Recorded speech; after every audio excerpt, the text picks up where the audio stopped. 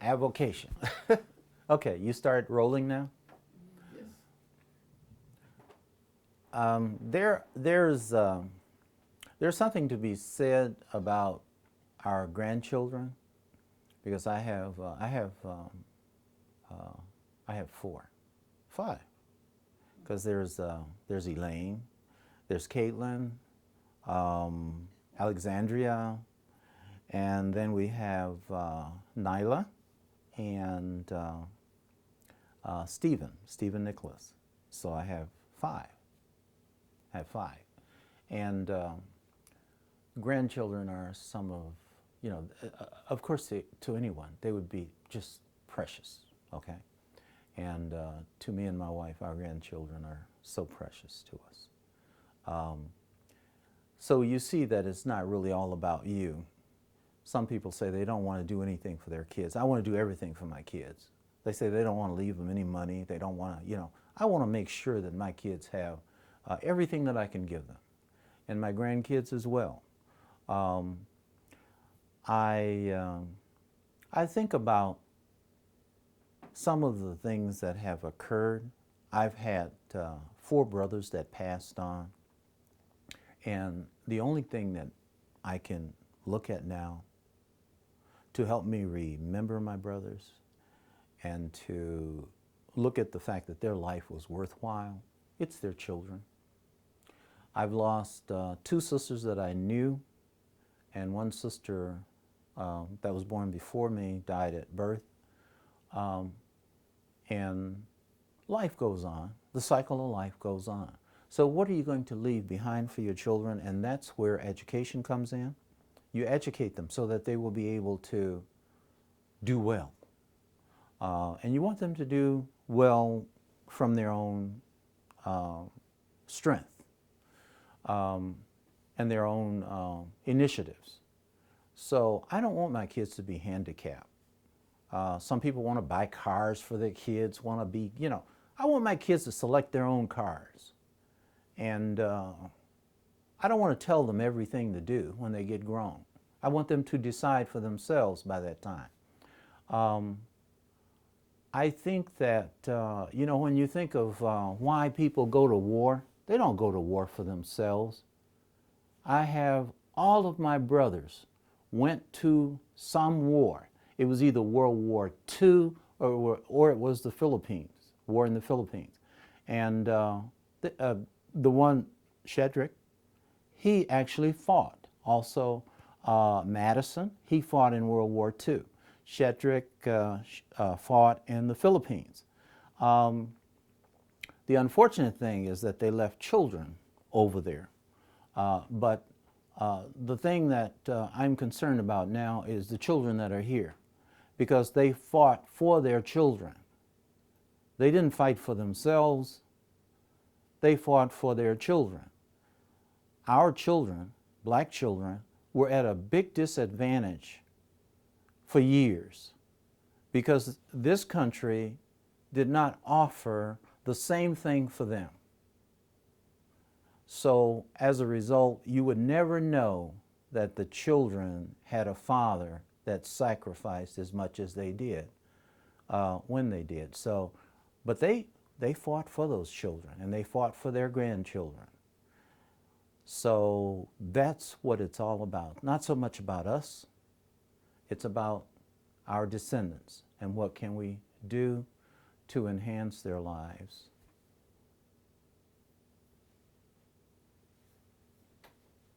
I think that's good.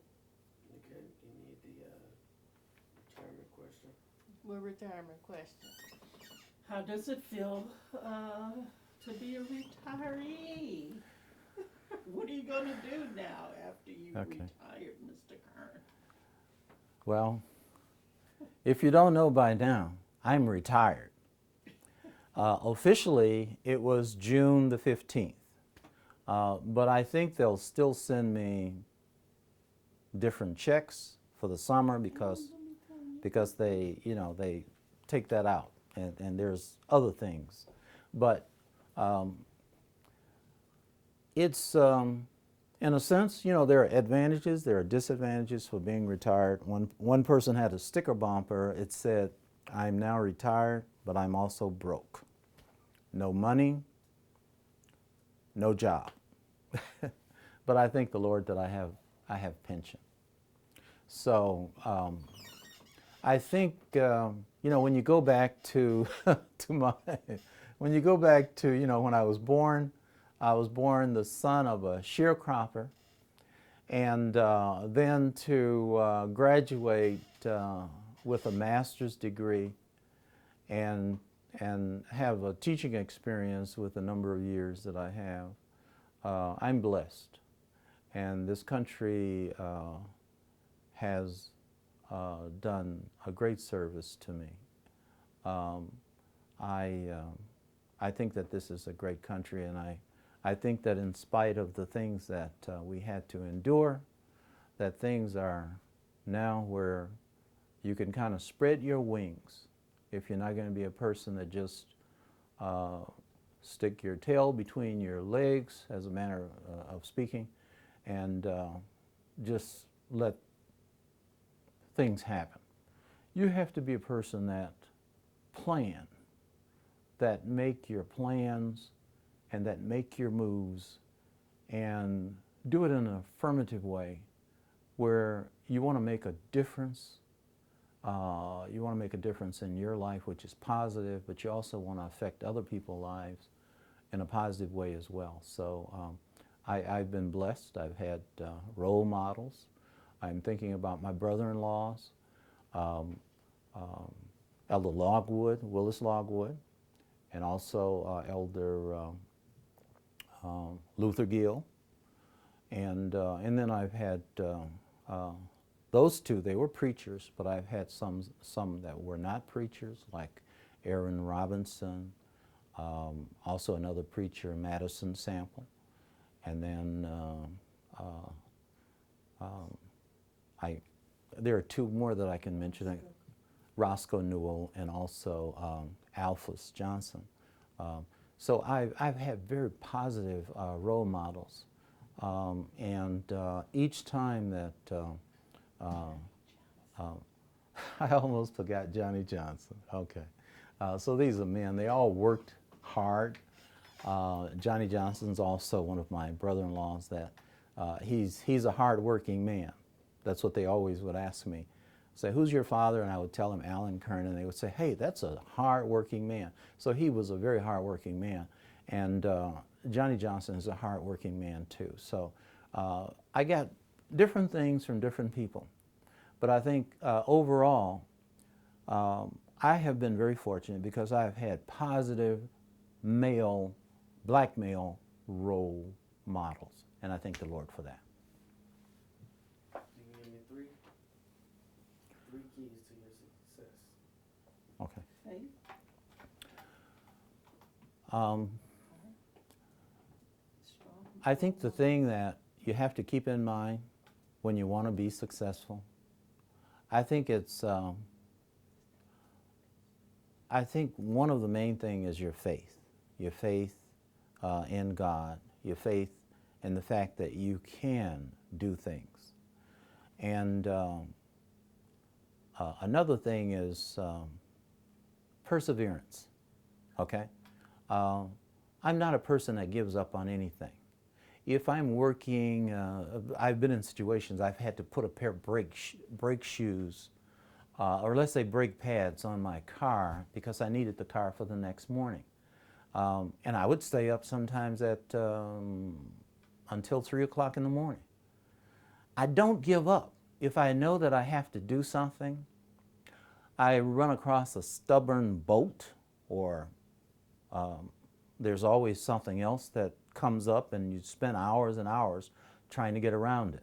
Well, I would spend the hours and hours. I don't give up on things.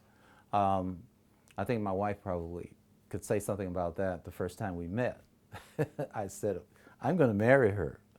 And it wasn't just something that I didn't, put some effort in.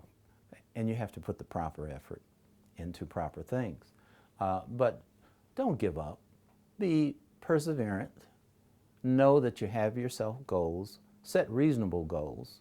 And then work toward them.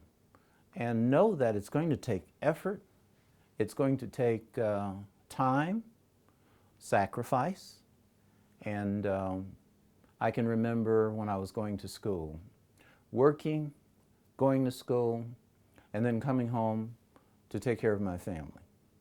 And a lot of times I was running to work, from work running to school, and from school running home. And then sometimes it was the other way around. But always rushing. But I had my goals in mind, and I worked toward my goals. And sometimes I had to make adjustments. But I just thank God that He was right along with me, and my wife was very supportive, and things came out very well. Quick thank you. I've said a lot of things that a lot of people here can probably, you probably have greater stories than I have. But this is my day. And I would like to say that I hope you enjoy the banquet, because I appreciate you coming. Thank you. He basically said thank you. All right.